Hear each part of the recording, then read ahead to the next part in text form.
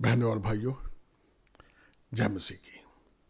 मैं pastor Morris Samuel आप सबका इस प्रोग्राम में, जिसका नाम वचन वाचा विश्वास है, का स्वागत करता हूं। और आज फिर हर सैटरडे की तरह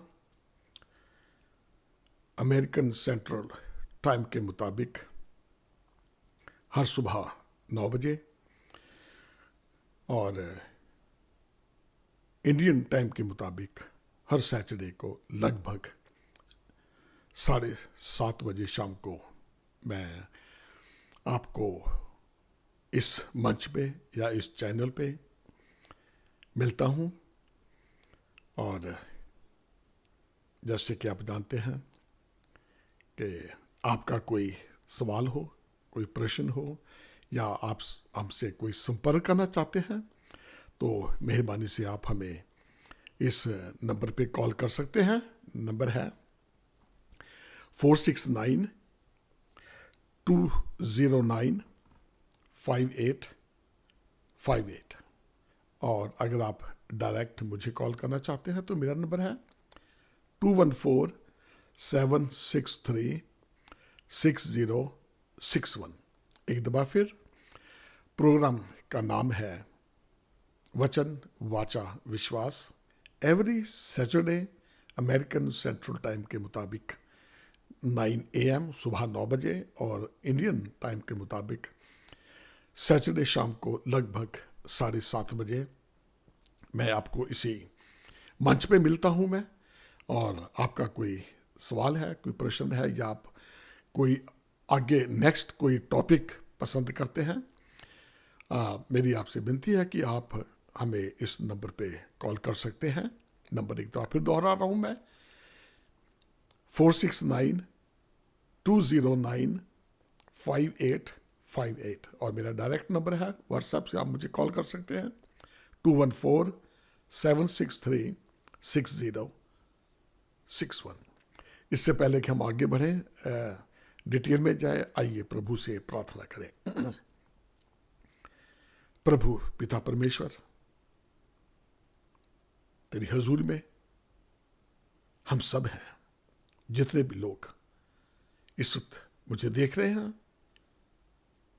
और मुझे, हम सबको खुदा बाप अच्छी सोच दे, समझने की तौफीक दे, ताकि जब मैं तेरे वचन में से शेयर करूं, जितने भी लोग सुने वो आशीष पाएं और तुझ में आगे बढ़ते चले जाएं। उन्हें अच्छी सेहत देना, तंदुरुस्ती देना प्रभु। इस दुआ को सुना कबूल कर, तेरे बेटे यीशु के नाम से मांगते हैं, आमीन। बहनों और भाइयों, मुझे उम्मीद है कि आप सब प्रभु की कृपा से सब ठीक ठाक हैं। और मेरी दुआ है कि आप इसी तरीके से प्रभु में बढ़ते चले जाएं। प्रभु आपको, आपके बच्चों को, आपके परिवार को आशीष दे, और आप सब इसी तरीके से प्रभु में बने रहे, क्योंकि वो ही हमारा एक ऐसा सहारा है, वो ही हमारा एक बचाने वाला है, जिसके ज़रिए से हम इस दुनिया में टिके रहते हैं। और वो प्लान जो प्रभु ने हमारे लिए बनाए हैं, हम उन पे चलने की कोशिश में लगे रहते हैं। तो आज का जो टॉपिक है बहुत साधारण है, सिंपल है।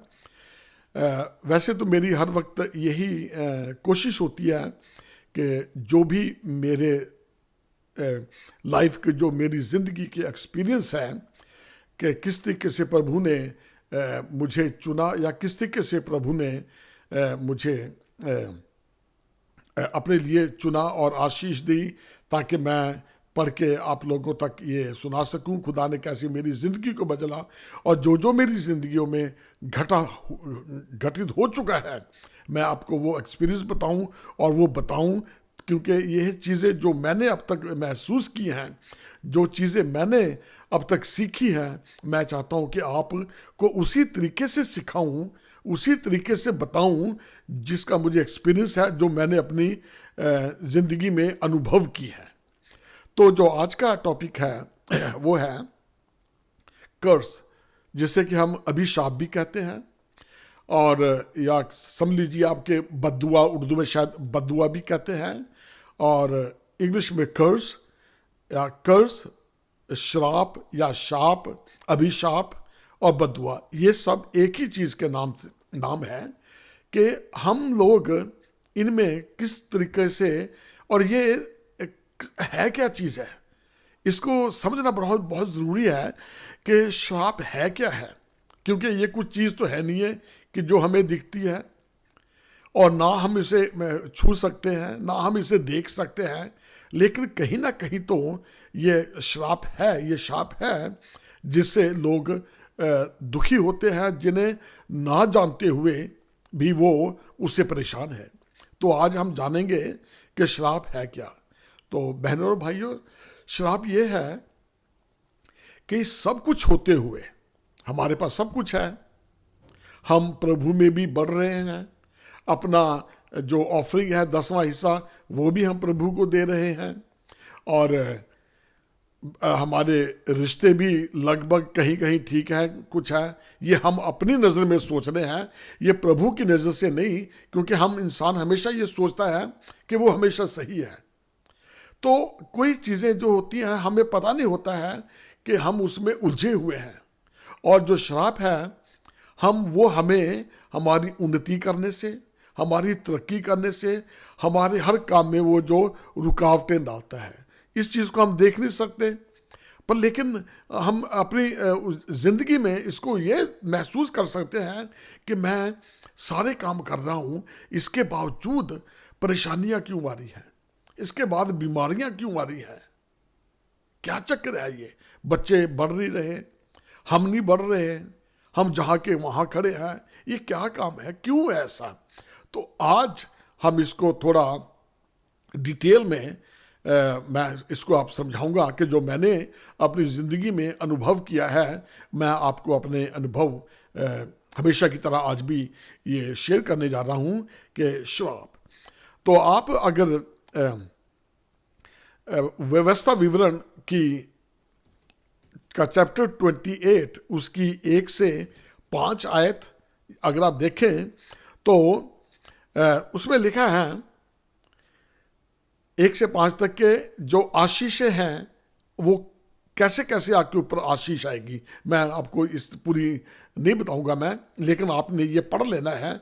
आप लिख लीजिए व्यवस्था विवरण चैप्टर 28 1 से 5, ये सारी आशीषें हैं, और यही चैप्टर उसकी 15 से 20 आयत तक ये श्राप हैं, क्योंकि अगर आपने कुछ ये बातें नहीं मानी तो आप पे श्राप आ पड़ेगा।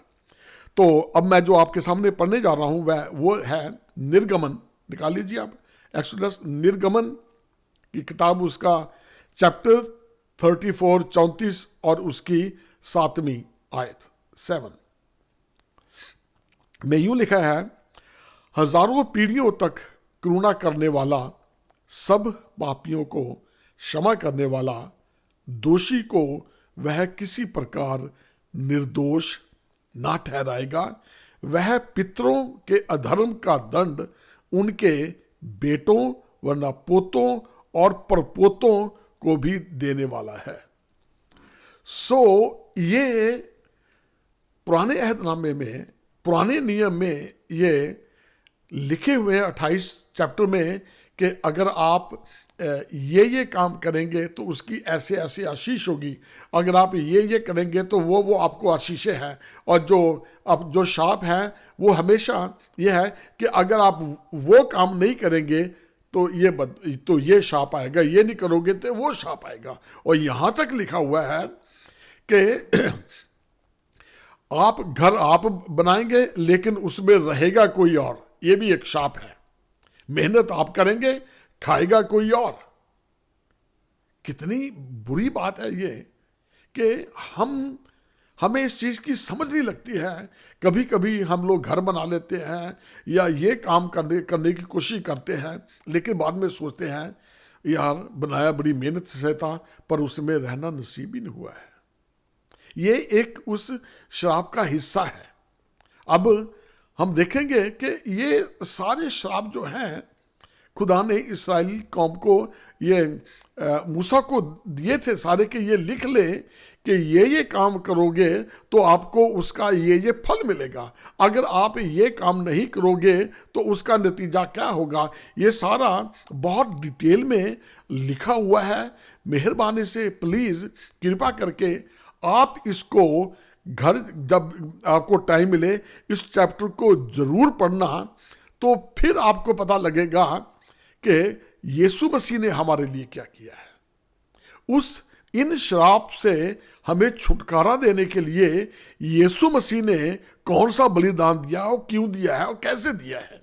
तो अब मैं उस बात पे आ रहा हूं कि ये जो श्राप हैं अब ये हमारे कैसे हैं, किस तरीके से चले गए हैं।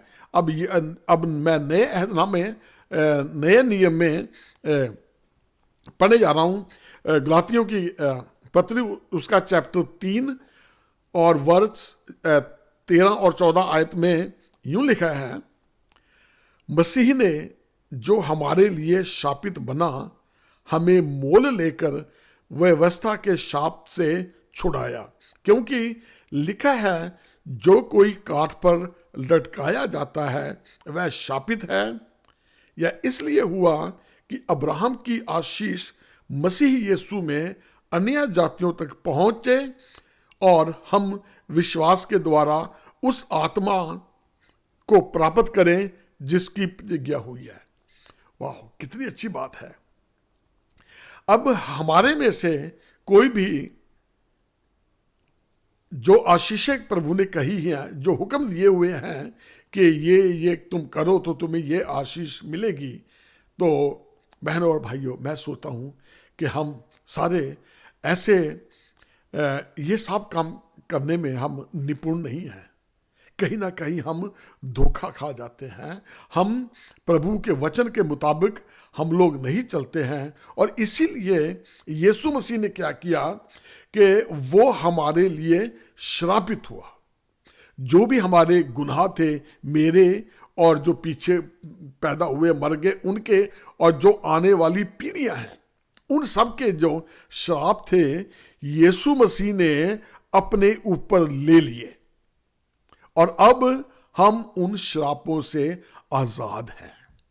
अब हमारे ऊपर कोई श्राप नहीं है, हमारे ऊपर कोई श्राप नहीं है, क्योंकि यीशु मसीह ने सारे श्राप अपने ऊपर लेके हमें आजाद कर दिया है।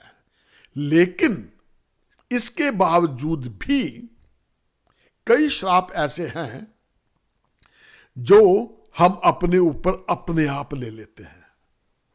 अब जो ये जिसे कहते हैं हम लोग जनरेशनल कर्स, जो ये ऐसा कर्स है जिसे कि हम हिंदी में कहते हैं जो पीढ़ियों से चला आता है, जनरेशन, एक पीढ़ी से दूसरी पीढ़ी, चौथी पांचवी पीढ़ी, हिंदी में यही कहते हैं उसे, पीढ़ी से पीढ़ी दर जो हमारे पर वो शाप है वो बना आ रहा है। अब वो तो हमारे ऊपर खत्म हो चुका है, ऐसा कर्ज हमारे ऊपर अब बिल्कुल ही रहा हुआ है, उससे हम आजाद हो चुके हैं। जनरेशन कर्ज से हम छुटकारा पा चुके हैं। अब वो हमारे ऊपर नहीं आएगा, क्योंकि उसमें लिखा है कि जो अब्राहम की आशीषें हैं, प्रभु यीशु मसीह इसलिए हमारे लिए श्राप हुआ, इसलिए श्राप बना, इसलिए काठ पे लकड़ी पे लटकाया गया, उसमें लिखा है कि हम श्राप मुक्त हो जाएं। जितने भी हमारे गुनाह, जितने भी हमारे पाप, जितने भी हमारे बाप दादों ने वो कर्ज है वो लेके चले आ रहे थे, वो सारे जो श्राप हैं, कर्ज है, उसने अपने ऊपर ले लिए, और वो हमारे जो आने वाली पीढ़ियां हैं वहाँ तक के लिए हम लोग जो है निश्चिंत रहें। अब वो कर्ज हमारे ऊपर, जो हमारे बाप दादों ने गुनाह किया है, उसका कर्ज हमारे ऊपर नहीं आएगा। मेरी उम्मीद है कि आप इस चीज को समझोगे। लेकिन अब यह है, इसके बावजूद भी कई कर्ज ऐसे हैं जो हमारे ऊपर अभी भी पनपते रहते हैं। शैतान ऐसा है, वो जब तक हमारे ऊपर कर्ज आने नहीं देता जब तक कि हम उसको अलाउ नहीं करते। समटाइम क्या होता है कि हम शैतान को इनविटेशन दे देते हैं कि आजा हमारी जिंदगी में, और जब हम उसको अपनी जिंदगी में इनविटेशन देते हैं तो इस तरीके से जो है वो कर्स हमारे ऊपर आने शुरू हो जाते हैं अपनी गलतियों से।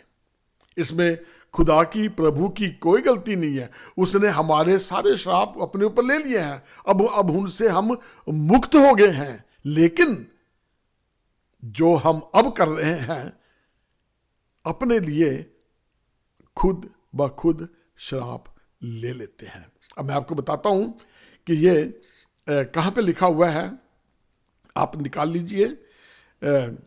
यह है भजन संहिता की 109 चैप्टर, भजन संहिता चैप्टर 109 और उसकी 17वीं आयत में लिखा हुआ है, वह शाप देने से प्रीति रखता था और शाप उस पर आ पड़ा। वह आशीर्वाद देने से प्रसन्न ना होता था, इसलिए आशीर्वाद उससे दूर रहा।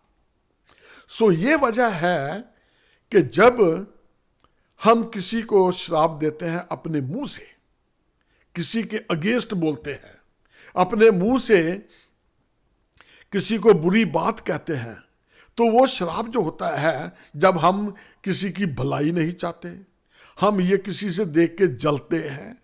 बहुत इंसानी फितरत ऐसी है कि जब हम किसी को देखते हैं बढ़ता या फूलता हुए, तो बड़े सवाल पैदा होते हैं। सब तो सोचते हैं यार देखो यार, पता नहीं ये आदमी कैसे तरक्की कर रहा है, हम इतनी मेहनत कर रहे हैं, ये आदमी बढ़ता ही चला जा रहा है, फूलता ही चला जा रहा है, बड़े बड़े इसकी घर बड़ा हो गया है, बच्चे सारे काम पे लगे हैं। हमारे दिल से उसके लिए कोई अच्छी बात नहीं निकलती। तो इस तरीके से अब हम ये नहीं कहते हैं उसके, कभी भी आजमा के देखना, ये नहीं कहते हैं ओ यार खुदा तुझे बड़ी बरकत दे तो और बढ़, बल्कि उसके ऊपर हम क्वेश्चन मार्क डाल देते हैं, ये सब कैसे कर रहा है, इसको कैसे मिल रहा सारा ये। बहनों और भाइयों, यही वजह है कि जब हम ऐसे से लोगों को ब्लेस नहीं करते हैं, इसमें क्या लिखा हुआ है कि जो श्राप देने में प्रीति रखता था, शाप उस पर आ पड़ा। ठीक है ना। और वह आशीर्वाद देने से प्रसन्न ना होता था और आशीर्वाद उससे दूर रहा। जब हम किसी को आशीर्वाद नहीं देते हैं तो हमारे पास आशीष कहां से आएगी? क्योंकि अब्राहम की आशीष हमारे पे तभी, अब्राहम को कहा गया है, खुदा ने कहा था उसे कि तू आशीष का मूल होगा। मूल मीन्स तू आशीष का स्रोत होगा, जिसे कहते हैं एक तरीके से झरना कहते हैं उसे, कि तुझसे आशीष की पानी का झरने में तेरे से निकलेंगे। जिसे तू आशीष देगा, खुदा ने कहा, उसे मैं आशीष दूंगा। जिसे तू कर्ज करेगा उसे मैं कर्ज करूंगा। जिसे तू शाप देगा उसे मैं शाप दूंगा। जिसे तू आशीष देगा उसे मैं आशीष दूंगा। ये वजह, सबसे बड़ी वजह यह है कि जब हम किसी दूसरों को आशीष नहीं देते हैं, हमारे से जो आशीष है वो कोसों दूर रहती है। और जब हम किसी को शाप देते हैं तो वो शाप जो है हमारे ऊपर आ जाता है, क्योंकि लिखा हुआ है जो खुदावंद, जो यीशु मसीह के नक्शे कदम पे चलते हैं, उनके ऊपर कोई शाप काम नहीं करता है। जब हम यीशु मसीह में बढ़ते हैं, उसके तौर तरीके से बढ़ते हैं, उसके हुक्मों को मानते हैं, जब हमें कोई श्राप देता है तो वो श्राप लौट के उसके ऊपर आ जाता है। और इस तरीके से भजन संहिता 109 में उसकी 17वीं आयत में लिखा हुआ है कि वो शाप देने में प्रीति रखता था और शाप उस पर आ पड़ा। वो आशीर्वाद नहीं देता था और आशीर्वाद उससे दूर रहा। ये वजह है बहनों और भाइयों कि किस तरीके से हमें शाप मिलता है। एक नंबर वजह यह है। और दूसरी वजह यह है कि लेविया व्यवस्था चैप्टर 20 और उसकी 9वीं आयत में, और निर्गमन चैप्टर 22 और 20 वर्ष में मैं आपको बता रहा हूं कि 2-3 चीजें लिखी हुई हैं। पहले लेवी अवस्था 20:9 में, जो माँ बाप को शाप दे वह मार डाला जाए। माँ बाप जिसने हमें पैदा किया,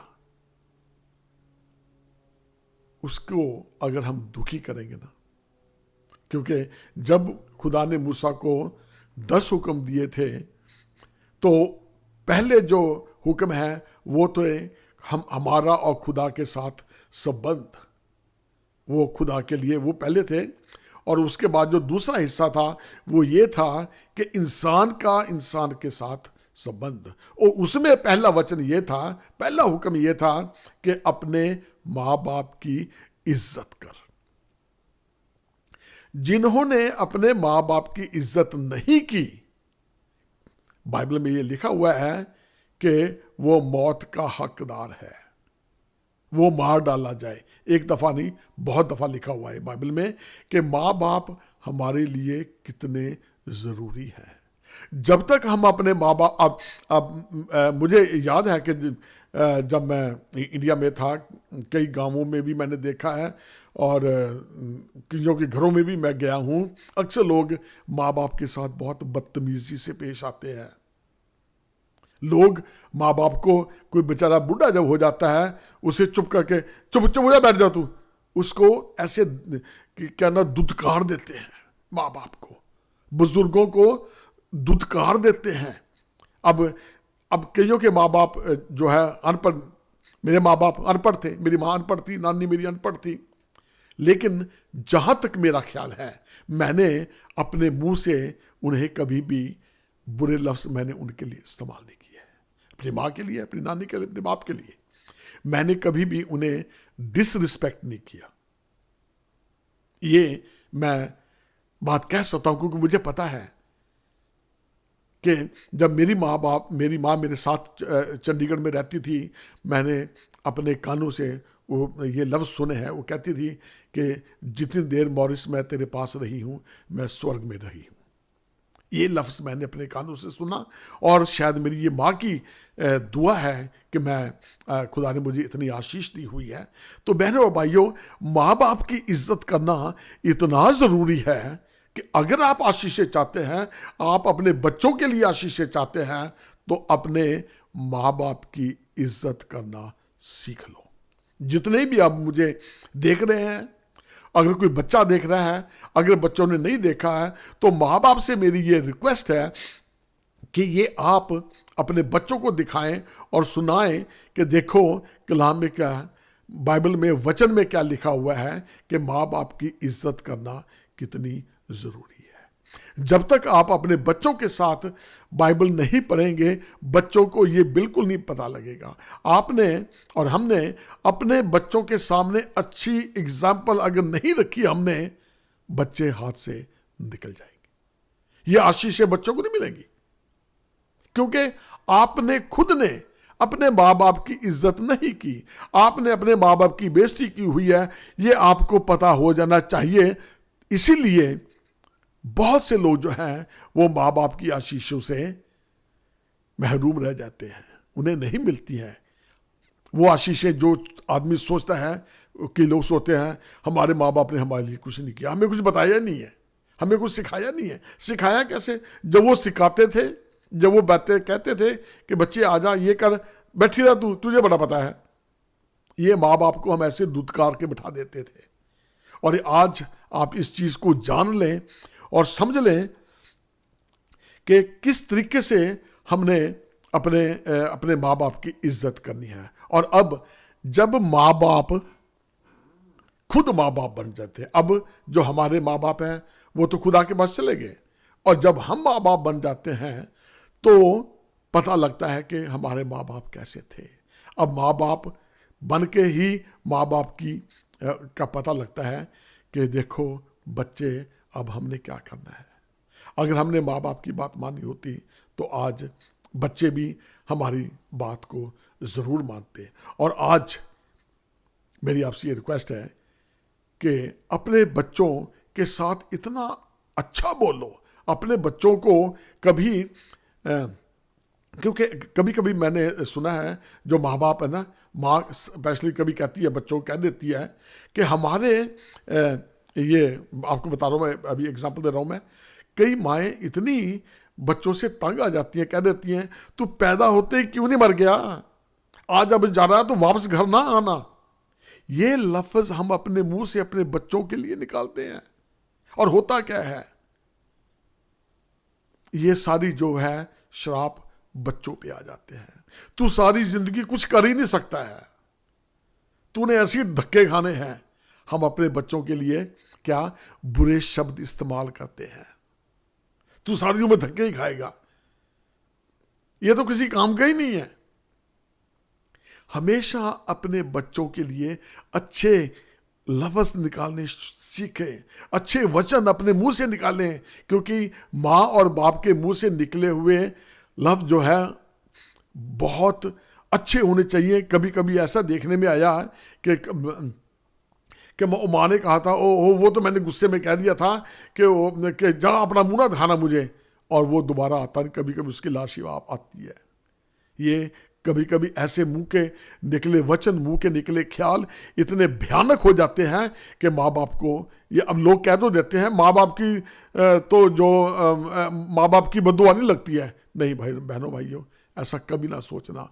माँ बाप के कभी कभी तुम्हारे जुबान में ही एक ऐसी बताता हूँ, याकूब की पत्री उसका चैप्टर 3 उसकी वर्ष 8 या 10 में पढ़ लें आप। लिखा है, अपने जीभ पर कंट्रोल कर, हमारी जुबान में, हमारे मुंह में जन्म और मौत, मृत्यु और जन्म और आशीष दोनों है।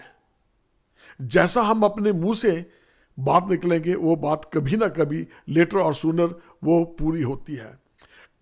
हम अपने मुंह से कभी भी बुरी बात ना निकालें। कैसे निकाल सकते हैं आप लोग? एक ही मुंह से हम प्रभु की उपासना करते हैं और दूसरे ही दफा ही अपने मुंह से हम दूसरे लोगों को शाप देते हैं, गालियां निकालते हैं। बहनों और भाइयों, ये नहीं होना चाहिए।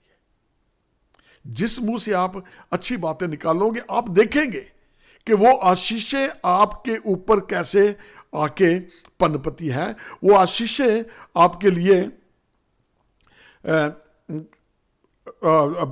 कैसे काम करती है, आपके लिए, अपने बच्चों के लिए। और क्योंकि हमारी जुबान जो ऐसी है कि हमारी जुबान से निकले हुए हर अच्छे जो शब्द हैं वो आशीष के रूप में निकलने चाहिए दूसरों के लिए। और अगर हम प्रभु का वचन नहीं मानेंगे, बड़े ढीठ हो जाएंगे। दूसरा कारण एक और होता है कि हम किस तरीके से आशीषों से हमें क्यों नहीं मिलती हैं, हम पे शाप क्यों आ जाता है? क्योंकि हमारे काम ऐसे हैं। एक तो हमारी जुबान ऐसी हो गई है, हम अपने माँ बाप को गालियाँ निकालते हैं, बहन भाइयों का बुरा सोचते हैं, तेरी मैंने शक्ल नहीं देखनी है, मैं तेरी शक्ल नहीं देखना चाहता, इसने हमारे लिए बहुत बुरा किया हुआ है ना। ये कभी ना सोचो। अगर आप अपने मुंह से कोई अच्छी बात नहीं निकाल सकते तो बुरी भी ना निकालें। क्यों आप अपने लिए श्राप का कारण बनेंगे? क्यों आप अपने ऊपर वो श्राप चाहते हैं जो आपके लिए नहीं होना चाहिए था? क्योंकि लिखा, मैंने पढ़ के सुनाया आपको, कि वो श्राप से प्रीति रखता था और श्राप ही उस पर आ पड़ा।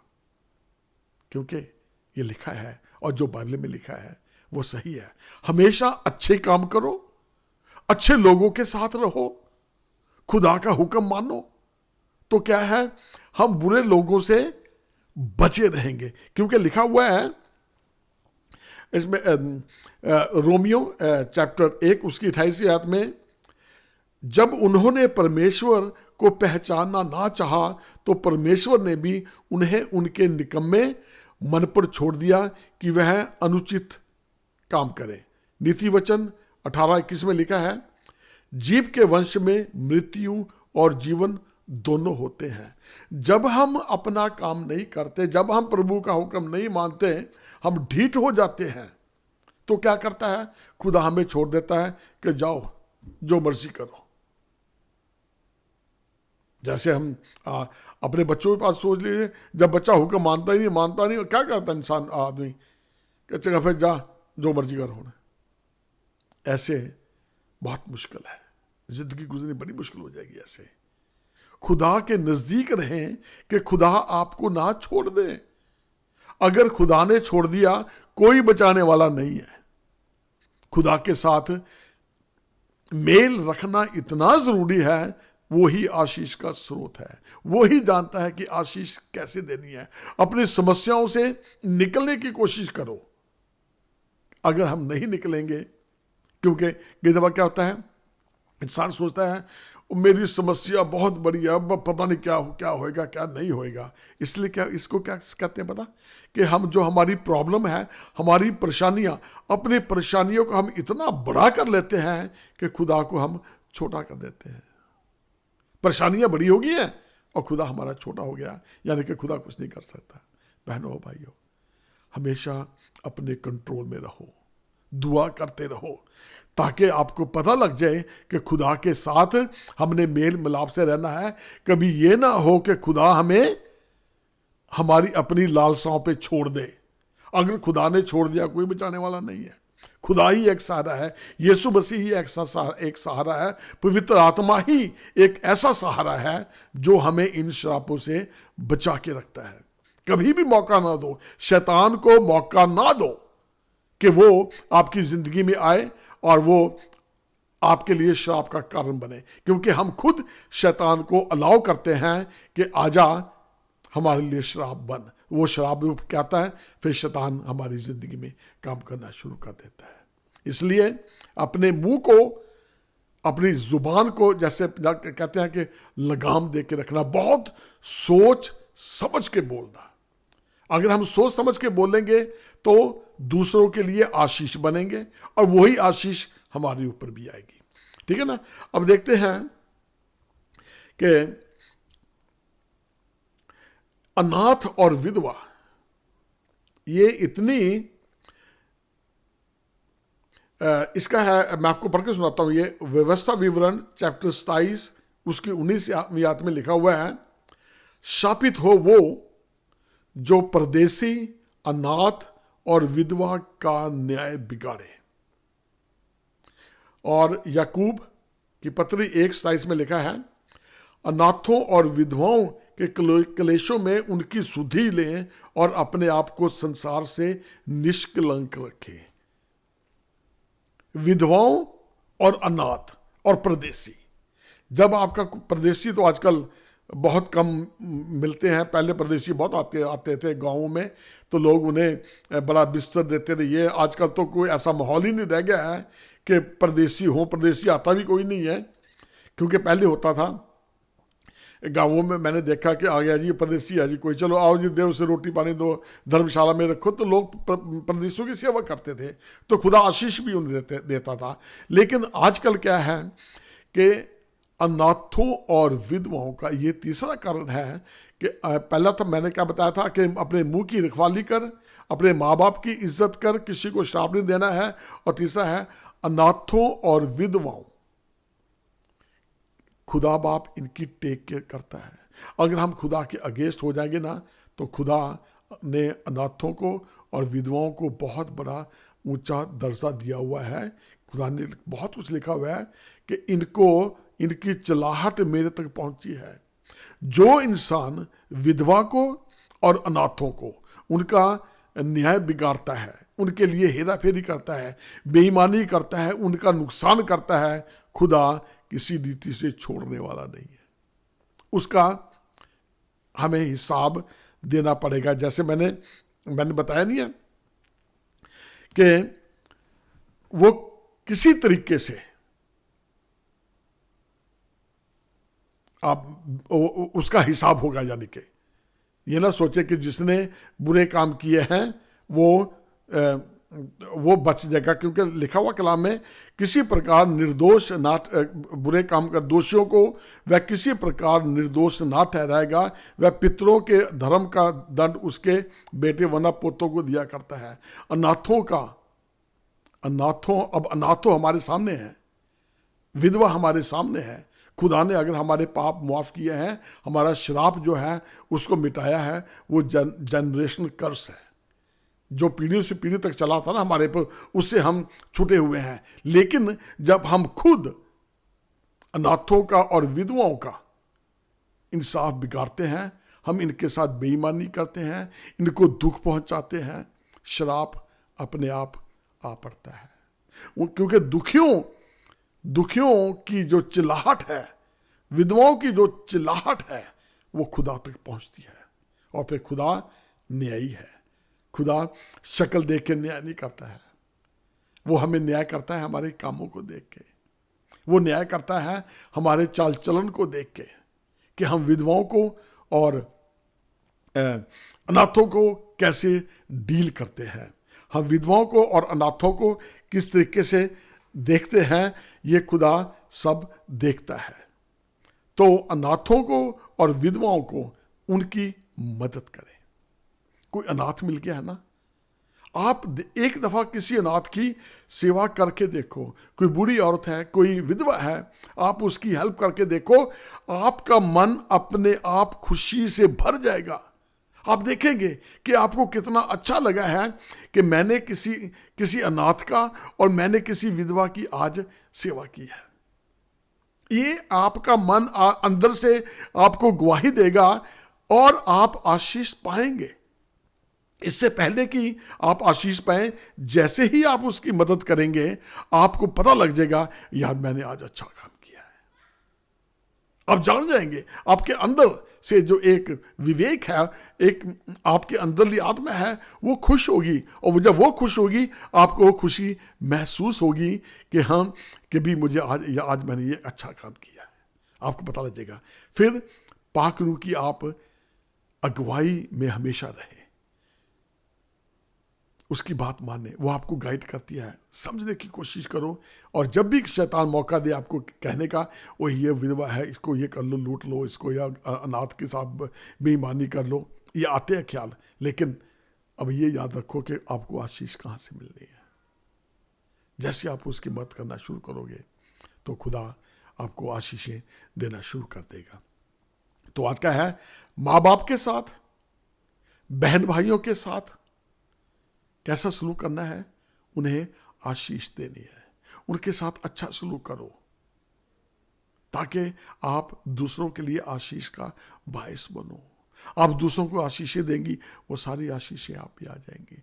अगर आप किसी को शाप को कर्ज करोगे, जैसे मैंने बताया है कि वो कर्ज आप पे उल्टा आ पड़ेगा।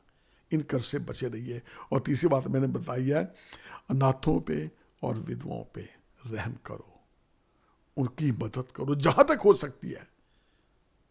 अगर थोड़ी होती थोड़ी कर दो, लेकिन कभी उनके साथ चीटिंग ना करो, बेईमानी ना करो, उनके साथ बुरा सलूक ना करो, उनकी हेल्प करो।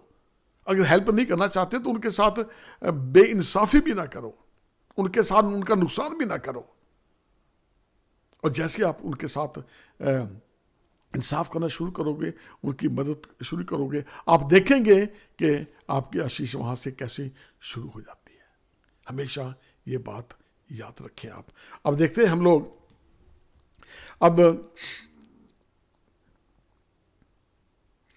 एक जो है पवित्र आत्मा का जो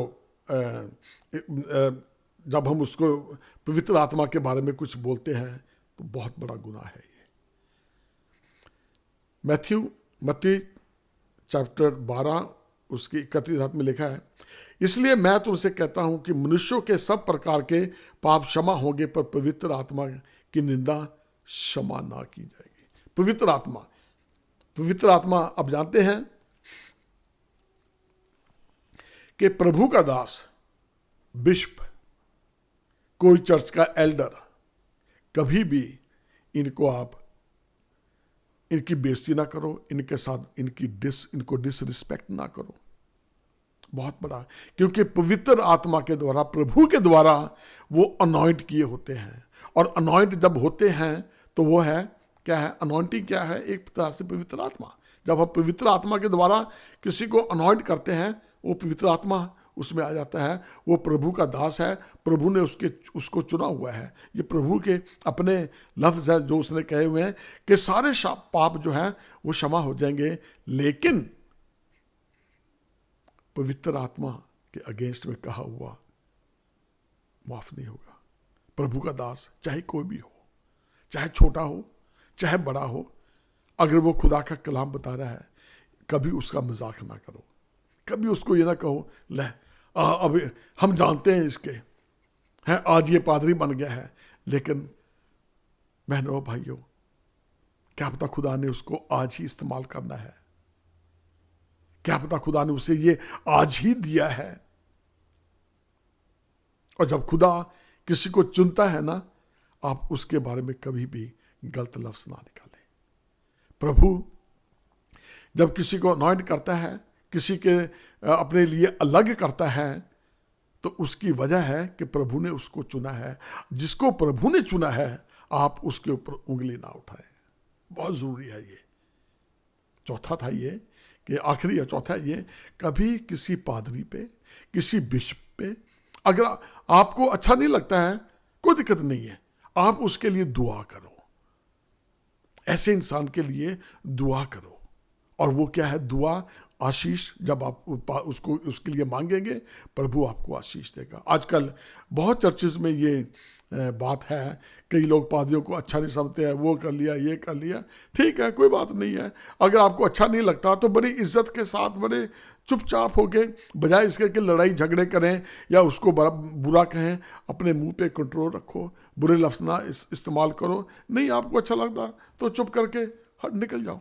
क्यों किसी के लिए श्राप बनना? हम क्यों किसी को बददुआ दें? हम क्यों किसी को बुरा भला कहें? जबकि प्रभु ने उसको चुना है, वो खुद अपना हिसाब किताब देगा। क्योंकि पादरी जो हैं, जो भी प्रचार सुनाने वाले हैं, वो दूसरे लोगों से, उनसे ज़्यादा हिसाब लिया जाएगा। इसलिए बहुत होशियारी के साथ, समझदारी के साथ ये करें कि हमने किसी भी पादरी को, बिशप को, लीडर को, ठीक है, अगर अच्छा नहीं लगता तो ठीक है, अभी नहीं अच्छा लगता, आप उसके लिए दुआ करें। मैं यकीन के साथ, मैं दावे के साथ कहता हूं कि जब आप दुआ करेंगे किसी के लिए, दुआ में आशीष आपको जरूर मिलेगी। अब देखते हैं अंत में कि लूका 6:28 में क्या लिखा है।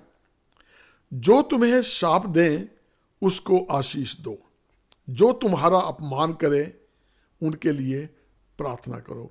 है तो बहुत मुश्किल है, इसको अप्लाई करना आसान नहीं है, बहुत बहुत मुश्किल है। कैसे कि भी जो हमें शाप देते हैं, हम अक्सर कह देते हैं, ले वो तो मैनू गाला कढ़े तो मैं उन्हें ऐसे दुआ करा। बड़ा मुश्किल लगता है, लेकिन बहनों भाइयों, ये बात सही है, आजमा के देखें। बेशक उसके मुंह पे नहीं आपने उसे दुआ करी, ना तू मैनू गाला कढ़दा तो मैं तेनू हुणे तेरे से हथ रख के दुआ कर दांगा, कोई बात नहीं। आप उसको, उसकी गालियों को सुन लें, जो भी है उसने कहा आप सुन लें, कुछ ना बोले, ठीक है भाई मैं चलता हूँ। आप घर आएँ, अपने कमरे में बैठें, अपनी कोठरी में बैठें और देखें और दुआ करें, प्रभु जो कुछ भी उसने कहा उसे माफ़ कर, उसे अक्ल दे, तंदुरुस्ती दे। आप देखेंगे कि किस तरीके से आशीषें आपके ऊपर कैसे पनपती हैं, आशीषें आपको कैसे मिलती हैं। रोमियो चैप्टर 12 और 14 आयत में लिखा हुआ है, अपने सताने वालों को आशीष दो, आशीष दो, शाप ना दो। अब जो हमारे सताने वाले हैं, अब आप इस चीज को ज्यादा समझते हैं कि सताने वाले कौन कौन हो सकते हैं। आपके दुश्मन हैं, आपके रिश्तेदार हैं, आपके बहन भाई हैं, जो आपको तंग करते हैं। किस तरीके से तंग करते हैं, कोई भी वजह हो सकती है, करे उनको कभी भी शाप ना दो, आशीष ही दो, आशीष ही दो, आशीष ही दो, ताकि हमारे से आशीष दूर ना रह जाए। क्योंकि क्या लिखा है 100 भजन संहिता 109 वर्ष 17 में कि वो शाप देने से प्रीति रखता था और उसके लिए शाप आन पड़ा। वो आशीष देने में दूर रहता था और आशीष भी उससे दूर रही। अगर हमने आशीष लेनी है तो हम आशीष देना सीख जाएं। जब भी दें आशीष दें, जब भी दें आशीष दें, ताकि आशीष हमसे दूर ना हो जाए। प्रभु आपको बहुत बहुत आशीष दे। आइए अंत में हम दुआ करें। मेहरबान प्रभु परमेश्वर, तेरा शुक्र है आज के वचन के लिए। मेरी दुआ है प्रभु, जितनों ने भी ये सुना और जो सुनेंगे उन सबको आशीष देना, क्योंकि मैं तेरा दास होते हुए उन सब के लिए आशीष मांगता हूं खुदावंत। अगर कोई गुस्से में है, खुदा बाप उस पर रहम कर। कोई बीमार है, उसे तंदुरुस्ती दे। किसी को कोई माली चीज की जरूरत है, अपने शाही खजाने खोल दे। प्रभु उनको आशीष दे, उनकी हर जरूरत को पूरा कर खुदावंत। इनके घरों में खुशहाली आ जाए, वो तेरे ही नजदीकी में बढ़े, आपस में प्रेम और मोहब्बत करें, जैसे तेरे बेटे यीशु ने हमें सिखाया कि हम एक दूसरे के लिए दुआ करें, एक दूसरे को आशीष दें, श्राप ना दें। प्रभु तेरा शुक्र है प्रभु। ये सब कुछ मांगते हैं तेरे प्यारे बेटे यीशु के नाम से, आमीन। बहनों और भाइयों, आज के लिए इतना ही। नेक्स्ट सैटरडे से आपसे फिर मुलाकात होगी। अगर आपने कोई टॉपिक चाहते हैं उसको सुनना, तो आप मुझे कॉल कर सकते हैं। और अगर मैं फ़ोन ना उठाऊं तो आप अपना मैसेज छोड़ सकते हैं, और या नीचे कमेंट बॉक्स में आप अपना कमेंट डाल सकते हैं, ताकि उसके मुताबिक हम आपसे नेक्स्ट टाइम बात करें। खुदा आपको आशीष दे।